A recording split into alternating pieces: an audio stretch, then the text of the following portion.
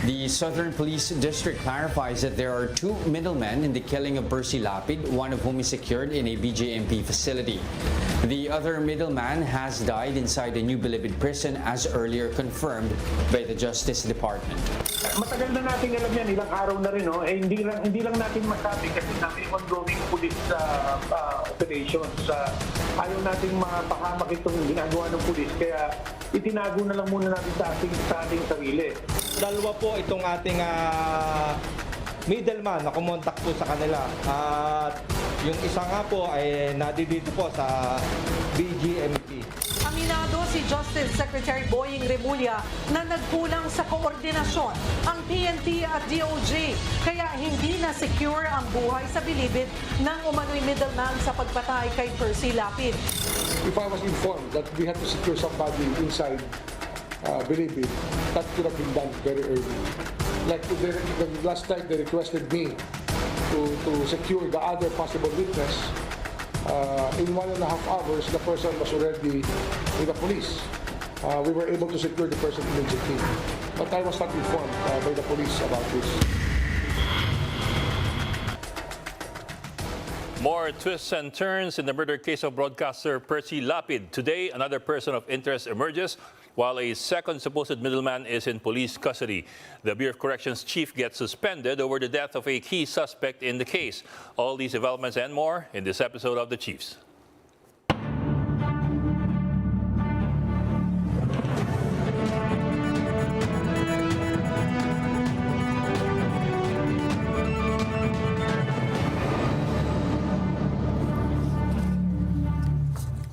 And welcome to this weekend edition of The Chiefs. I'm Ed Lingao, and coming to us live but online is Ana Marie Pamintuan of the Philippine Star from the port area in Manila. Ami, kamusta kayo dyan? At should I even be asking what your big story is tonight?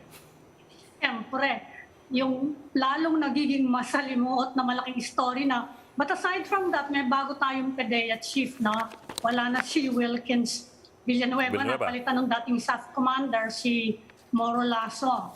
And of course, we have a new yung Bucor. dating NPC commissioner, meron na rin tayong commission on audit chief. Gamaliel. Diba? Gamaliel Cordoba. Yes. Mm-hmm. Okay. And of course, like we said a while ago, so many other as well increasingly interesting developments dun sa Percy Lapid case. Yes. Yung namatay sa Bilibid na tatlo pala yung pangalan. June naman yun eh. Hindi ba kapag junior, di June yung June, oo. Pero pati middle name, nag-iiba-iba. Oo nga. Bakit gano'n? Diba? Typically, kasi it's so easy for people to have the same first name and last name. Usually, the identifier is the middle name. Because that would, I suppose, set you apart, a third element that would set you apart from the other people and makes it less likely na pare-pareho lang kayo ng pangalan. But even yung middle name, magkakaiba. And the other Villamor is now in police custody. Nasa custodial center ng PNP. But we don't know kung siya nga talaga yung middleman. Kasi baka hindi siya eh. Mukhang pinsan lang siya eh. Hindi, sinisecure lang naman daw at baka bangungutin siguro ulit, no? Well, that's the other thing. We're still waiting for the results of that autopsy from, I think, yesterday. Actually, that's assuming that the autopsy was done yesterday because the fellow died on Tuesday afternoon. Oo nga, dapat matagal na yung autopsy yun, di ba? Given the fact that you're a person deprived of liberty and that you may have died under mysterious circumstances, you would think that an autopsy would have been conducted immediately. Di ba within 3 days, kailangan ma-preserve na yun, di ba? Bago ma-umpisa. Kaya kailangan ma-autopsy kagad. Yeah, and yun nga, also I don't know, of course we're not doctors, pero that also raises the possibility lang naman na if there are any toxins in the body after 3 days, we don't know if they're still going to be there or if they would have been absorbed by the tissues or whatever, I don't know. Just looking at possibilities here. Well, siguro dahil nga doon sa mga kaguluhan na yan, kaya nung nagkapatong-patong, biglang nasuspinde tuloy si Bureau of Corrections Chief. Si Indefinitely.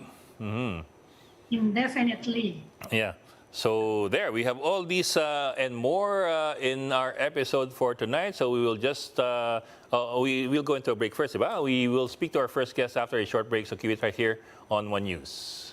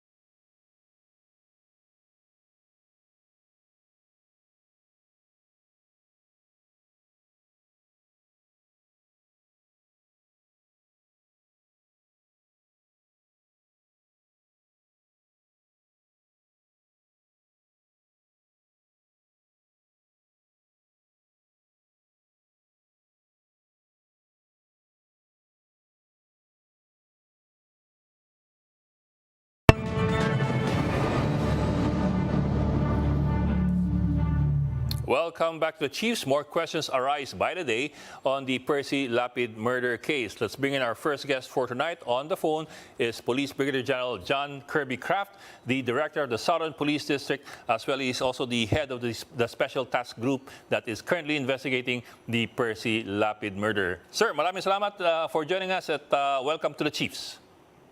Sir, magandang gabi po at sa lahat po ng mga nakikinig po sa Chiefs. Yes, sir. Ito. Yes, sir. Good evening po. We really do appreciate your taking the time to talk to us. We know how busy you probably are by this time. Sir, pero let me start off with the most obvious question, sir. Kasi nag-uusapan yung autopsy, although I know NBI ang gumagawa, pero kung assuming na kahapon sinimula yung autopsy, dapat tapos na siya, dapat madaling araw at the very least, if not midday today. So siguro po meron na tayong results. Sir, hindi ko po masasagot yan kasi po ibang agency po ang NBI. I can only answer for the Philippine National Police. Yes, sir. But we suppose, sir, kasi that they will be reporting to you their findings. You being the director of the entire investigation. Sir, meron po kasing protocol na dadaan mo sa higher-ups nila siguro bago nila i-provide po sa. Okay. Well, sir, we understand, sir. Sir, if I may, I'll go to another question. Okay. We understand from Colonel Jean Fajardo, yung spokesman ng PNP, na nung Sunday pa ng gabi, nagpadala ng feelers itong si Escorial. Tapos, yun nga, nag-press con siya ng Tuesday. Tapos, Wednesday pa, nang magpadala ang PNP ng investigator sa Bucor para mag-coordinate doon sa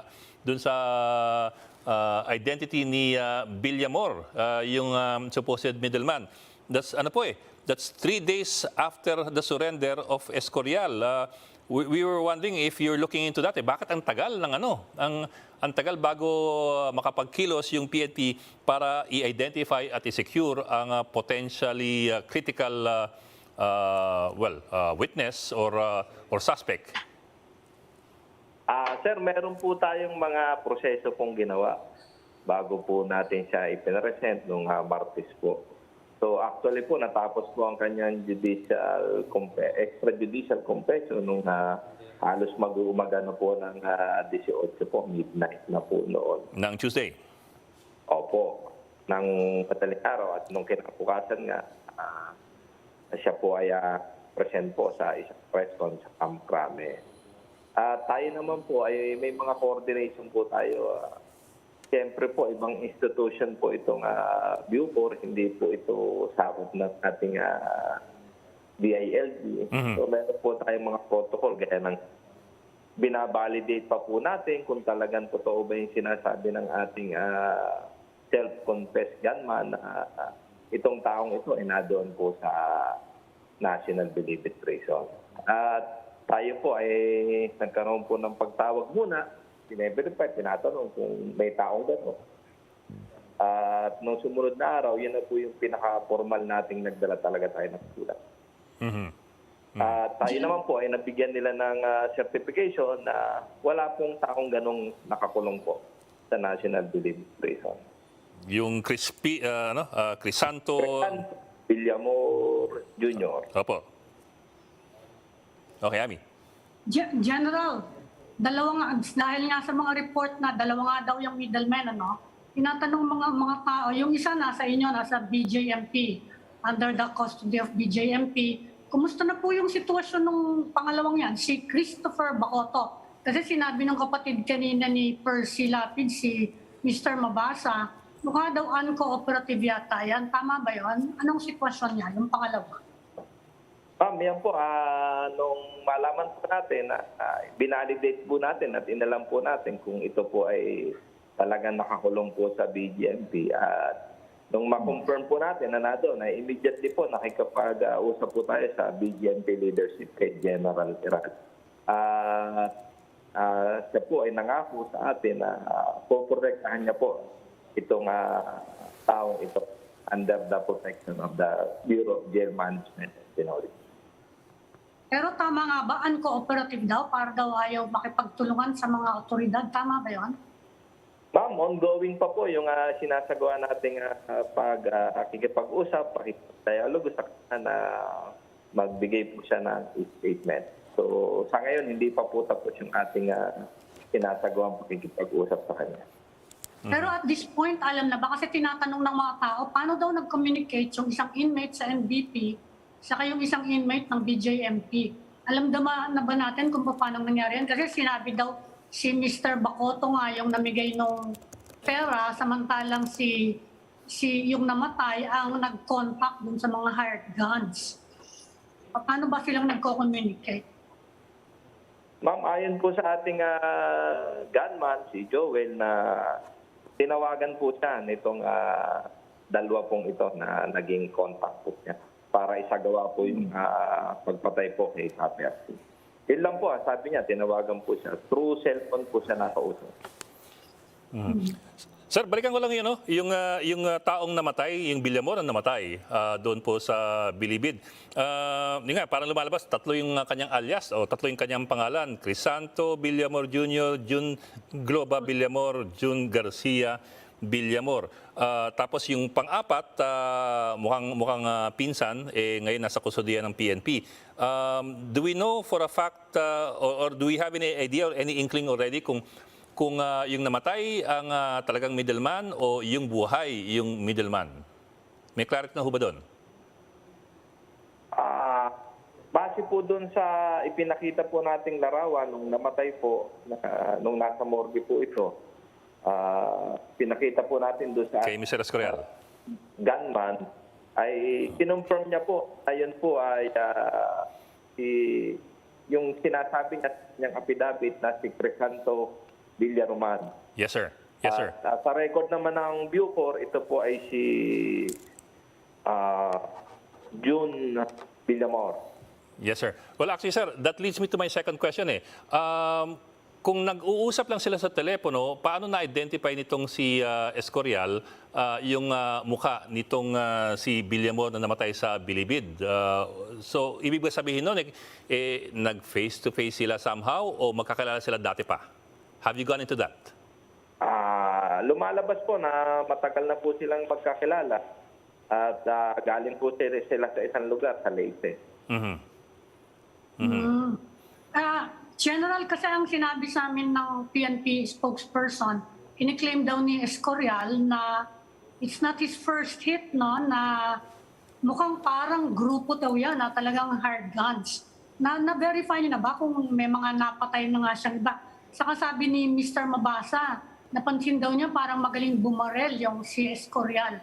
Natignan niyo na ba kung professional hitman nga yan? Saka anong background niya? Bakit magaling siyang bumarel? Bakit marunong siyang pumatay? Opo, ma'am, kami po ay nakapokus po doon sa investigasyon po natin kay Percy Lapid. At sa ngayon po, pinangahawakan po natin ay yung kanya pong extrajudicial confession tungkol po sa pagpatay kay Percy Lapid. Siguro po sa mga darating pong panahon, tatrabahuhin po natin yung kanyang iba pang pagkakakilanlan ng sa ganun ay malaman natin yung kanyang tunay ng pagkatao. May update na po ba dun sa mga yung iba pang suspect, si Israel, and Edmond D. Makulangan, saka yung alias Orly daw. Meron na bang bagong developments dun sa manhunt? Ito po ay pinailan na po natin ang kasong murder. Kasama po yung ating gunman at mag-aantay na lang po tayo ng resolution mula po sa prosecutor's office ng DOJ.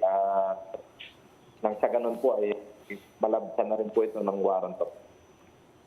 Sir, bali ko lang sinabi niyo po na lumalabas na dati na magkakilala itong si Escorial tsaka itong yung namatay na Villamor. Ito ho ba'y inamin mismo ni Escorial o ito ay base doon sa inyong deduction? Ibig sabihin, ano po ba sinabi sa inyo ni Escorial exactly doon sa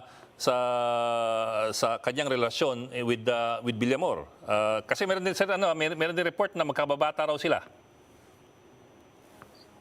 During po sa debriefing po sa kanya, hindi po naman natin pwede sabihin lahat detalye. Ang masasabi na po natin ay talagang magkakilala po sila tagal na po. Okay. So sir, lumalabas bali na talagang itong namatay, siya mismo yung kausap nitong si gunman. Yung buhay yun po sa kanyang extrajudicial confession.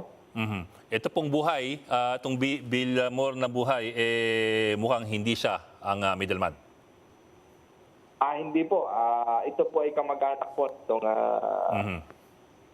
Villamor po na napatay po. Okay, sir. Salamat, sir. That's clear. Sir, I'll move on to another thing, sir. Napag-usapan rin kasi dati, nung isang araw, itong willing daw itong si Escorial na pa-examine ang kanyang bank account, yung specifically yung kanyang Banco de Oro bank account kung saan dineposit itong payment sa kanya, I suppose ng isa sa mga middlemen. Have you been able to go into these details already? Has he cooperated as far as yung kanyang bank details are concerned, tsaka mga mga money movements sa kanyang bank accounts? Sa ngayon po, meron po siyang passbook na isinurrender po sa atin na kung saan ay nakita po natin na totoo pong meron pong nag-deposit po doon na umabot po sa 550,000 pesos. Ito po kasi sinasabi niya na ibinayad sa kanya para patayin po si Capper. Yes, sir. So that's confirmed. Are you going to be able to identify kung sino nag-deposit based dun sa details ng kanyang passbook? Yan po, gumawa na rin po tayo ng kaukulang aksyon dyan, kagaya ng suputat po tayo sa concerned bangko at kapatulong din po tayo sa AMLAC. Sa ganun po, ma-identify po natin kung sinong posibleng padala nito. Nag-deposit nitong perang ito. Opo. Any feedback po? Ano po yung sinabi ng bangko? Willing naman sila? Kasi kapag ganyan, waive na yung bank secrecy law kapag ganyan, di ba? Na yung depositor mismo binigay na sa inyo. So pwede nang buksan yan, di ba, ng authorities? Ma'am, open naman po yung kanyang passbook. Ang problema lang po natin, yung nag-deposito. Sino po yun? Yun po ang kailangan nating malaman at yun po cover po ng check bank silo. Opo. Covered pa rin siya. Okay. Pero babalikan ko lang yan 550,000. Akala ko ang diniposito dyan sa account niya, yun lang share na 140,000 lang. Sa kanya pala napunta lahat yung 550,000. So, paano yan? From his bank account, ano yung movement ng pera?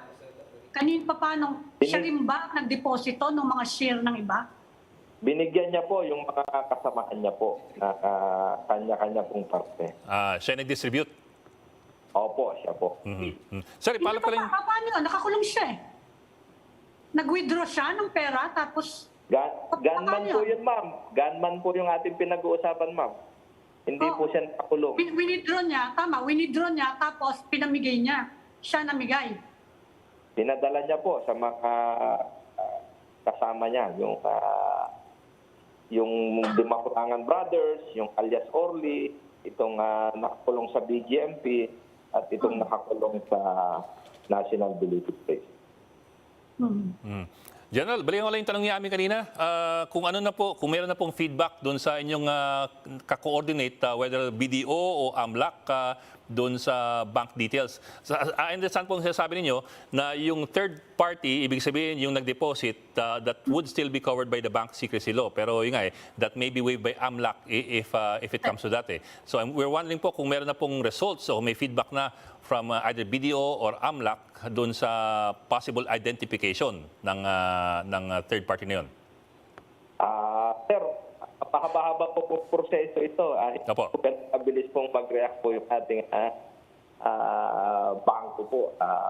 Siyempre, dadaan pa po yan sa kanilang legal. Okay. Meron pong proseso, ibig sabihin, hindi po agad-agad. Pero kung ididiretso yun sa AMLAC, di ba mas mabilis? Kasi it's a covered crime. Murder yun Hindi ba kung didiretso kayo ng request, pwedeng mag-order actually yung AMLAC na sa bangko, oy buksan nyo na yan. Kasi ginamit yan sa krimen. May letter na bang formal? Ma'am, hindi ko po masasagot sa AMLAC, ma'am. Hindi po sa Philippine National Police lang po tayo. Okay. Hindi ba investigator na maghihingi ng request to open Nagawa na po natin yan, ma'am. Nagawa na po natin yan. So you've made a formal request to AMLAC for the PNP to be able to look into kung sino yung nag-send. Tama po ba? Opo, hindi lang. Lahat na po. Pati po CCTV footages sa bangko. So hiningi po natin lahat. And we're still waiting for feedback na lang. Yes po. Sir, dako ako dun sa iba naman. Yun ang bangko, ito naman yung kabilang aspeto, itong kanyang telepono, yung kanyang cellphone. Ayon kay Escorial, yung communication nila mostly were calls and text using his cellphone na ngayon daw, at least nung huling nag-usap kami ni Mabasa, ay nasa asawa ni Escorial. We suppose you've been able to get hold of the cellphone, sir, and started tracking down, or at the very least, coordinating with telcos kung maaaring ma-identify yung mga natawagan? Gagawin pa po natin yan, ma'am. Sir, inaantay po natin pag-surrender po ng cellphone. Ay, sir, it's not yet in your custody. Ang ano po, ma'am? Yung cellphone po, wala pa sa inyo yung cellphone? Wala pa po sa atin po ang cellphone. Ay, nako sir, delikado. Yung asawa ba, hawak na ninyo? Yung asawa ni Escorial? Hindi po natin pwede hawakan yun. Kailangan po volunteer po sila. Na gusto nila itong ibigay, kailangan po volunteer po. Kakaroon po tayo dyan ng affidavit. Ibinigay nila ito ng puta. Yes, sir. We understand, sir. Pero we were kasi under the impression in our discussion with Roy Mabasa, yung kapatid ni Percy Lapid, na secure na ng PNP yung pamilya nitong si Escorial para hindi siya mabalikan. And we were under the impression it was voluntary. So akala namin all the while secured na. Hindi pa ho pala. Sinisecure din po natin siya. Siyempre po, nagpapaano po tayo ng mga polis po doon sa paligid po upang ma-ensure at di po sila magagalaw at nasa mabuti silang kalagayan. General, kumusta naman si Mr. Escorial ngayon? Matapos malaman niya na namatay pala yung kanyang contact, yung kanyang middleman. Kumusta po siya ngayon? Anong sitwasyon niya? Nasa isa po siyang undisclosed PNP facilities po at siya naman po ay maganda naman po ang kanyang kalagayan. Nakahanda siyang tuloy-tuloy pa rin yung testimony niya. Hindi siya natatakot na baka kung ano mangyari rin sa kanya. Sana po, ganun po ang mangyari. Hindi po siya magbago. Okay. Sir, napag-usapan na ho ba ninyo ni Gunman Escorial kung ano yung kanya magiging papel dito sa investigasyon na ito? I asked that kasi, di ba, although may witness protection program, pero may mga regulation din sa witness protection program. For example nga, kasama din yung dapat hindi ka yung most guilty.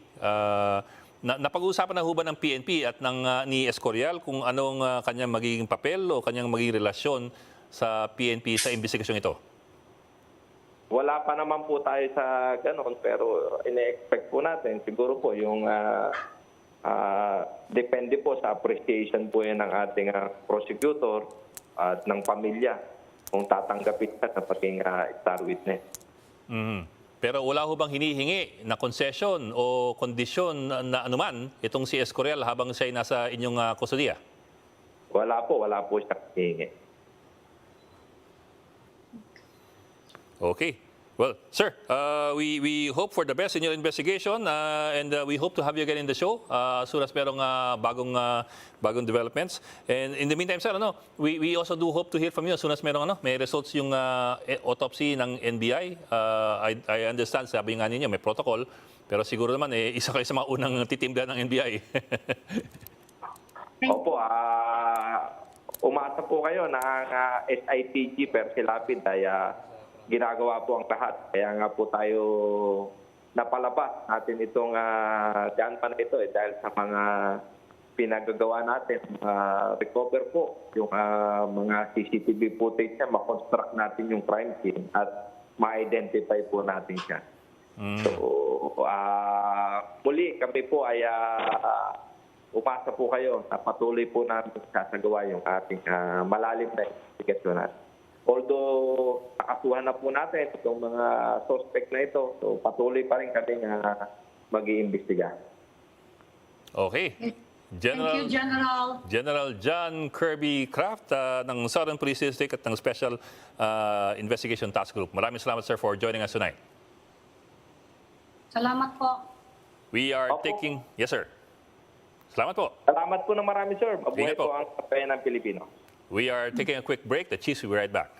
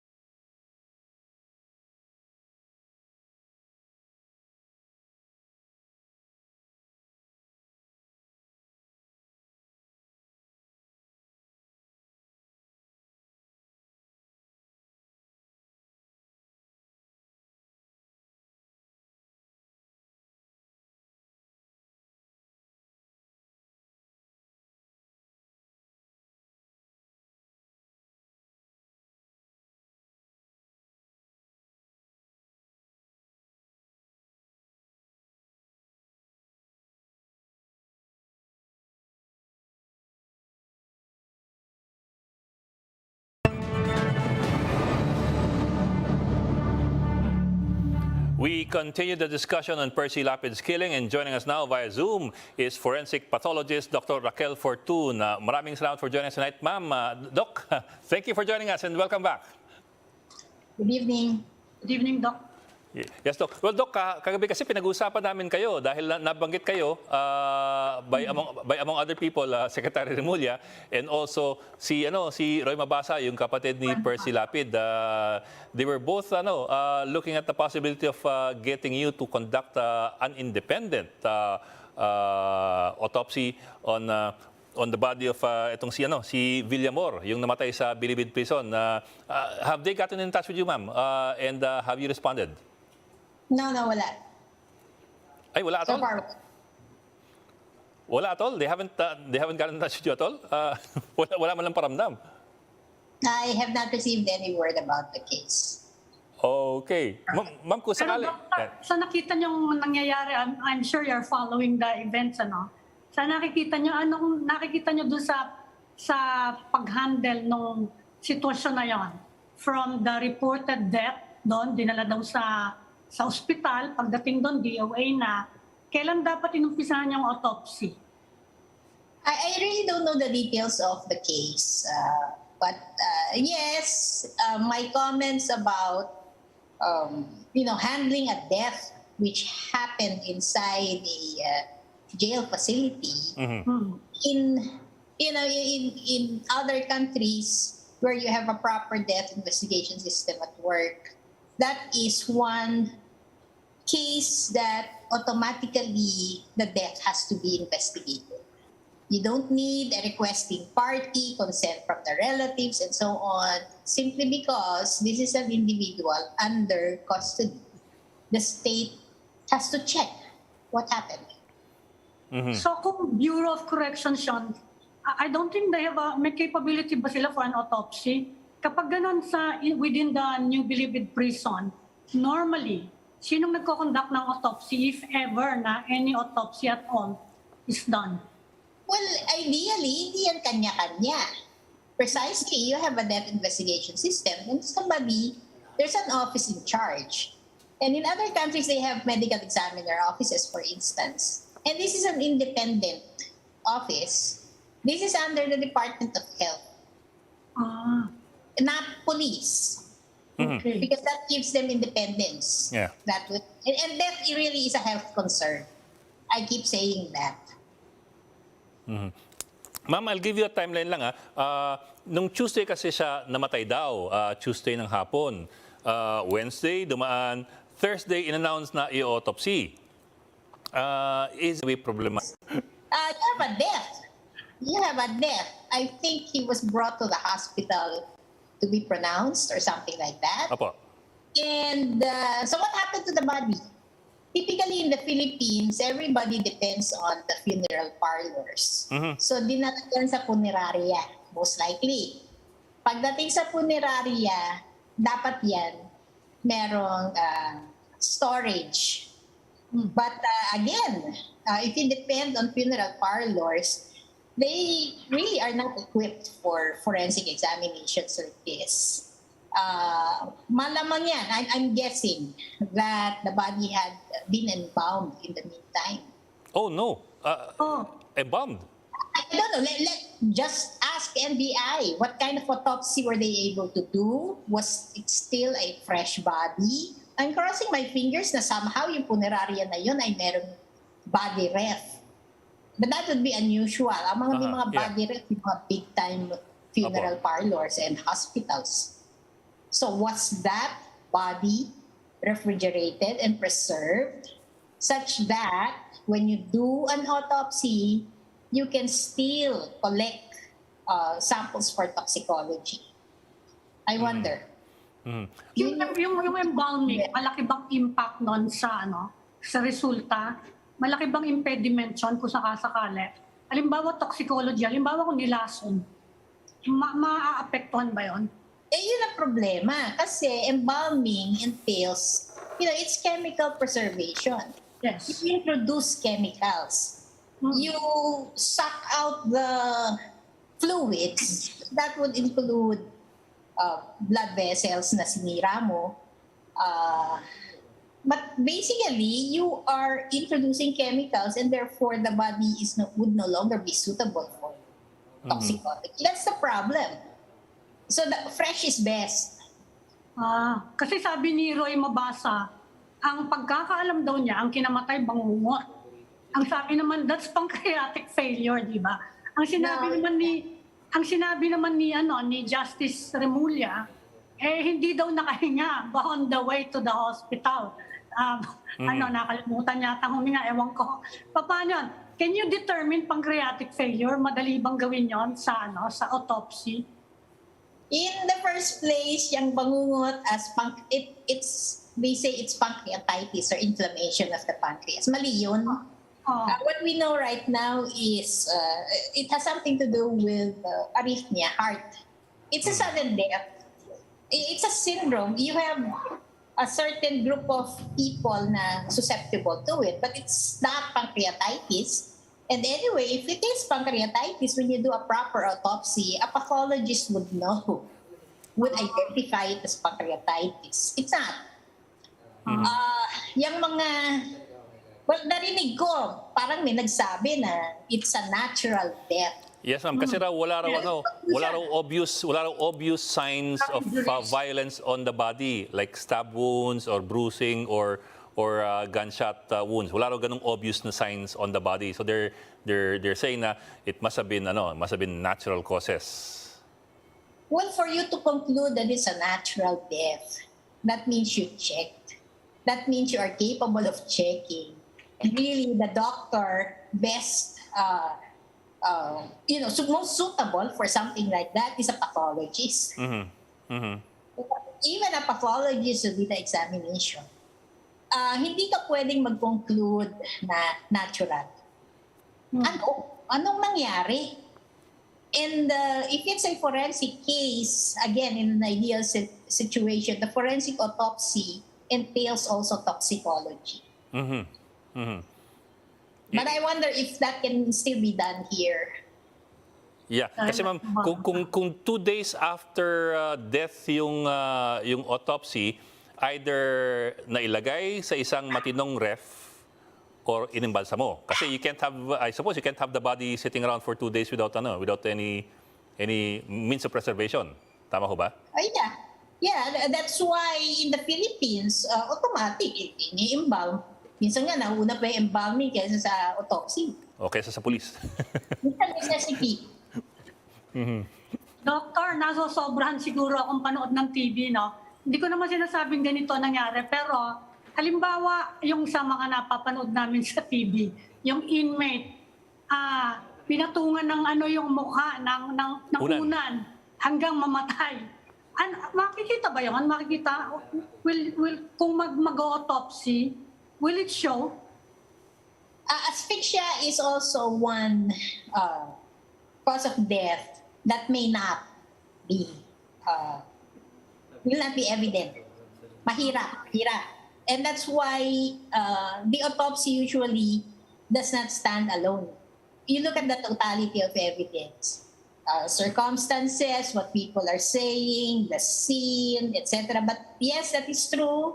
There are instances where you may not see anything really specific, or it's so non-specific na hindi mo matukoy. So that's a possibility. And that's why the healthiest attitude is you go into a case with an open mind, wala kang conclusion. At this point, is that possible, you think? Which one? Ang mga nangyari ngayon, that the persons who conducted the autopsy, pwede pa ba yun? Yung tinagal nung time, the lapse between the death itself and the conduct of the autopsy, pwede pa ba yun? I'm not that optimistic. I'm reviewing a lot of cases and I see a lot of lapses. The standards are really so poor in the Philippines. You have people not really trained to do the things that they're doing. Ang daming kulang. Yung sinasabi na come on, you have people incarcerated in custody. Pag namatay yan, dapat yan, sasagutin mo yung basic issues of identification. Identity, siya ba yan? And the cause, and then the manner of death. You search for evidence, etc. Di ba, ang dami ng COVID lockdown time? Ang daming supposedly namatay. Na preso. Si JB si JB Sebastian? Yeah. That's questionable. Kasi sigurado ka bang yung tao na yun ang totoong namatay? Because that's another way of maybe spiriting them out of the of prison. Yeah. Tapos, and seriously, titingnan mo din yung conditions ng prison kasi, that's why you investigate deaths. You try and prevent the next ones. You learn from the deaths. But we don't do that in the Philippines. We just let them go, the cases. Pinapabayaan. Ang excuse nila dyan kala JB, kasi daw yun yung COVID health protocol. Pero pwede naman mag-conduct ng autopsy na naka-full PPE ka, di ba? That's possible. And right now, we know better that it's actually airborne, that the dead don't really breathe. Yeah, they don't expel. It's not really transmissible, when you do an autopsy and so on. And you can protect yourself anyway. So it's not, hindi pwedeng diretsohan na ang excuse mo kasi may pandemic and therefore hindi ka na mag-autopsy. Okay. Hindi naman niya tama yun. Ma'am, I'm sorry, I have to ask you this question. I know you're pretty busy, but in the event that Mr. Roy Mabasa gets in touch with you and asks you to conduct your own autopsy into the Villamor case, would you be willing to do that? Yes, we do accept referrals like that. All we need actually is a consent. But I see that as a problem. Like the Mabasa family, they're not supposed to be the ones granting the consent for an autopsy. Not their relative, okay? So, ang nakikita ko dito, maybe there's an authority out there who would request for it. We sometimes do that, for instance, court yun. And yun na nga, na-mention ko kanina earlier today, na we use the sanitation code and it's so old. And the three authorities na nandun, the chief of police, the state prosecutor daw, and the local health authority, which is the mayor, can authorize an autopsy. But I don't see how the Mabasa family can ask for an autopsy of another individual. Yeah, I get your point. Yes, ma'am. Yes, ma'am. But in this case, it's also the Justice Secretary who brought up your name. I don't know. I don't know what's going to happen. But yes, we can accept that referral if we are directed to do it. Why not? Okay. Ma'am, maraming salamat for joining us tonight. I know you're very busy, but thank you for taking our call. Si Dr. Raquel Fortun, I think the country's only real forensic investigator. Ma'am, maraming salamat for joining us tonight. Thank you, Doctor. Good night. We are starting up another conversation right after this break, so please stay with us.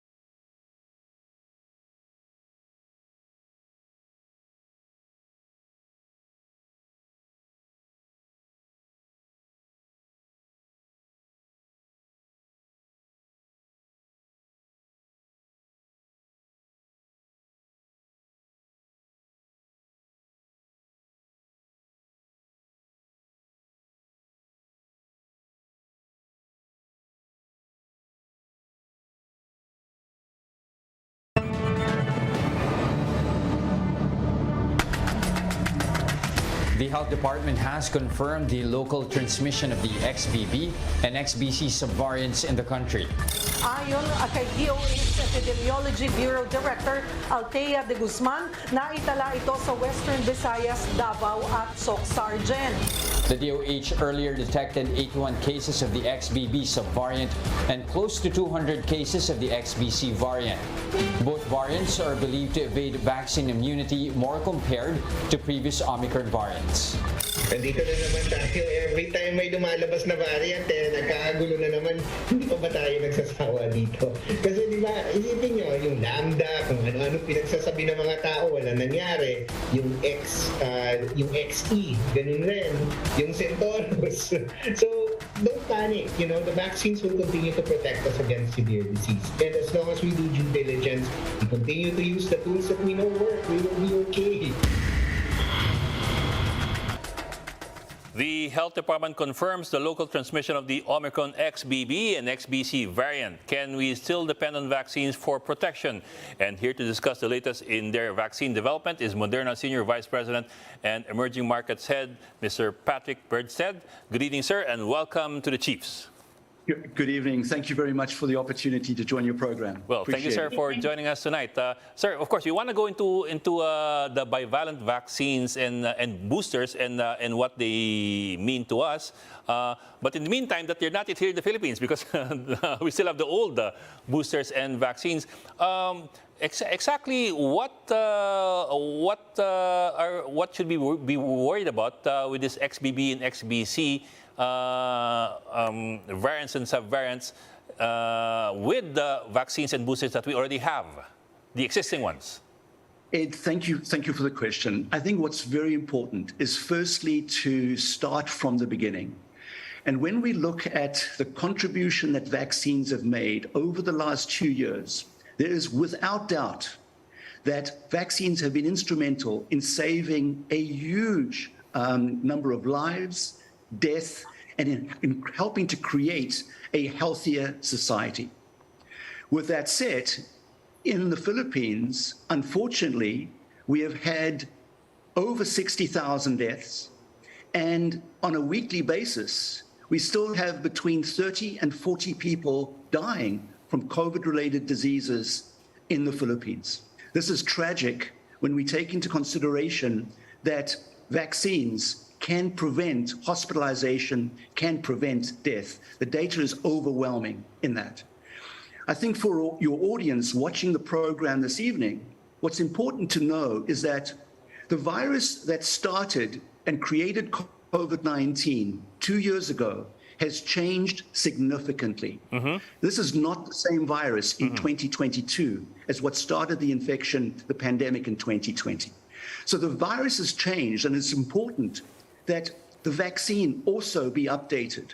And Moderna has been studying and creating updated vaccines over the last year, looking at how to create what is called a bivalent vaccine, which takes the ancestral strain, the original strain, the Wuhan strain, and combines it with different other variants of concern. This is commonly called a bivalent vaccine, Ed. And what we have seen is by creating a bivalent vaccine, you actually provide better protection. We demonstrated this with a ancestral beta, which was the prototype, that was the proof of concept. And more recently, around the world, we have seen the ancestral plus Omicron BA1 variant vaccine be approved by a number of authorities in Europe, the United States, Australia, and even in Taiwan and in Korea, in your region. And recent data has demonstrated that this bivalent vaccine provides superiority of protection than the original vaccine. And just to remind your audience, Ed, the mRNA vaccine has been studied for over 15 years, right? So we know the technology. The technology of mRNA has been very, very characterized and very, very well understood. And as of today, 60% of the world's population have received updated vaccines, these COVID-19 vaccines. And 4.8 billion people have received at least one dose of a COVID-19 vaccine. So this confirms to a certain extent that these new COVID vaccines are safe in the population, which is, of course, very, very important for your audience to be reassured about as they consider a COVID-19 vaccine to protect themselves and their families. Yes, sir. Mr. Sir, okay, go ahead. You mentioned significant mutation of the original virus. And I've read some reports that this is actually, we're facing actually completely different pathogens already. So my question is, how effective are the previous vaccines against these new subvariants, variants, whatever? Are we still protected at this point? Because, we still don't have your bivalent vaccines. At this point, are we still protected? If we received the primary doses and maybe one booster. Amy, you're absolutely better protected with vaccination than without vaccination. The data is overwhelming with that. However, what is very important is there is a waning effect We have seen that with the Omicron variant in particular, there is a waning effect.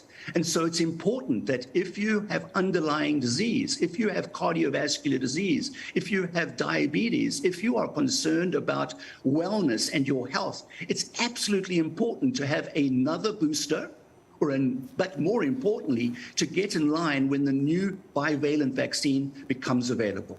Moderna is working very, very closely with the Department of Health in the Philippines to provide and make this vaccine available. And this registration we'll be working with the regulatory authorities, with the Filipino FDA, in order to have this go through the rigorous FDA process in the Philippines so that it can be made available to Filipinos as soon as possible. I think, sir, that's what everybody's waiting for. Well, the Department of Health does not yet want to give the second booster shot to the general public because the DOH says that we're talking about an old vaccine when a new one, the bivalent vaccine, is already around the corner. But of course, the next question is, when will it be made available to the Philippine population? The last time we talked to the Department of Health, they were saying that they were already negotiating with the manufacturers of the bivalent vaccines. Can you give us an update on where we are so far? So I can confirm that Moderna is in discussion with the Department of Health to submit the regulatory file for the bivalent vaccine. Once we have completed the filing process, then it is in the hands of the Filipino FDA to complete a rigorous review and make the vaccine available as quick as possible. I cannot, unfortunately, comment and provide a commitment on the behalf of the Filipino FDA in terms of how quickly that process will take. Yes, sir. But once that process is concluded, how soon and how fast and by how much can, for example, Moderna provide in terms of the bivalent vaccine to the population? Moderna has doses of the bivalent vaccine available for the Philippines during the month of November. Oh, that's next month. Correct. So you're good to go by next month, provided that the FDA can approve the paperwork. That is correct. Mr. Bergstedt, the new bivalent vaccines have been administered, right? Did you monitor any new side effects? Amy, or what are the side effects anyway? Amy, no, we have not observed anything new in terms of unknown side effects or anything to gave us concern around the safety profile of the vaccine. These vaccines have been extremely well studied in hundreds of millions of people around the world. And so, yes, there are side effects, which are usually transient over a 24 and 48 hour period. There could be some local pain, there could be local fever, all as a result of the body's immune system responding to the vaccine. There are a lot of stories emerging about long COVID. Is Moderna studying this phenomenon as well? And Yes. would you be able to provide treatment or whatever interventions are possible? So Moderna continues through very, very close collaboration with authorities and scientific leaders around the world to continue studying the vaccine. What's important is that, and this is what I mentioned in the beginning, COVID is not over, Amy. The virus continues to change, and we need to stay very, very vigilant as this virus unfortunately continues to mutate and evolve. We still unfortunately have many, many people around the world that are unvaccinated. And as you know, an unvaccinated person in a way is a great bioreactor for growing viruses, and the viruses change when people are unvaccinated. So for this reason, it's important for us to continue monitoring and studying not only the efficacy, the durability of protection, but also the safety and tolerability of the vaccine moving forward. We take this very seriously, Amy. Sir, let me go back to something you earlier mentioned. By November, Moderna could make available already the bivalent vaccines, provided the paperwork is already done. But let me drill down a bit on that. Exactly where is the paperwork now? Is it with Moderna to submit the paperwork first to the FDA, or has it already been submitted and we're now waiting for the FDA to act on it? No, we are in discussions with the FDA about submitting the dossier, submitting the file, and that is in our hands at the moment. We wanted to make sure that we had all of the complete steps ready to make a very successful submission to the Philippine FDA. Okay. Can we safely assume that we will have your bivalent vaccines before Christmas this year? Absolutely. I think probably I know how important Christmas is for people in the Philippines, and we hope to be able to provide the best Christmas gift so that people can gather safely and with confidence with their families over the holiday period. Okay, good. Sir, one more, sir. A day ago, the CEO of Moderna, I think his name is Mr. Stefan Bancel, was quoted as saying that not everybody will need an annual COVID shot eventually. What exactly is the context here? Are we looking at, in the immediate term or in the very, very long term, an event where ordinary people don't need to take these shots anymore? Only those who are in danger, for example, because of their medical conditions. Ed, you've characterized that very, very nicely, Ed. I think that what is very, very clear, people respond very, very differently to COVID, right? Some people get terribly sick.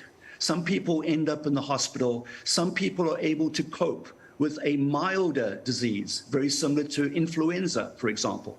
There is a theory that COVID will evolve into something that looks like influenza over the period of time. And some people, just like they receive their pneumococcal vaccine or their shingles vaccine or their influenza vaccine, there are some people that will need to be protected because the mRNA vaccine gives your body the information in order to make an immune response to protect yourself. That's how mRNA works. It is basically like an information molecule that helps your body develop its own immune system to protect yourself.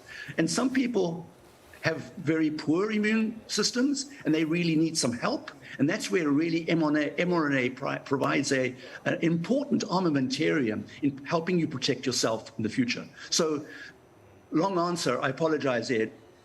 Yes, some people are definitely going to need the vaccine. Some people may have milder disease and may not require it moving forward. Okay.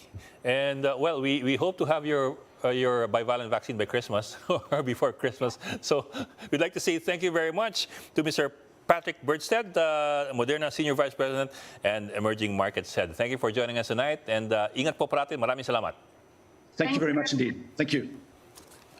And that's it for the Chiefs. We hope our discussion will keep the conversation going. I'm Ed Lingao. I'm Pamintuan of the Philippine Star. We are One News, all sides, all the time.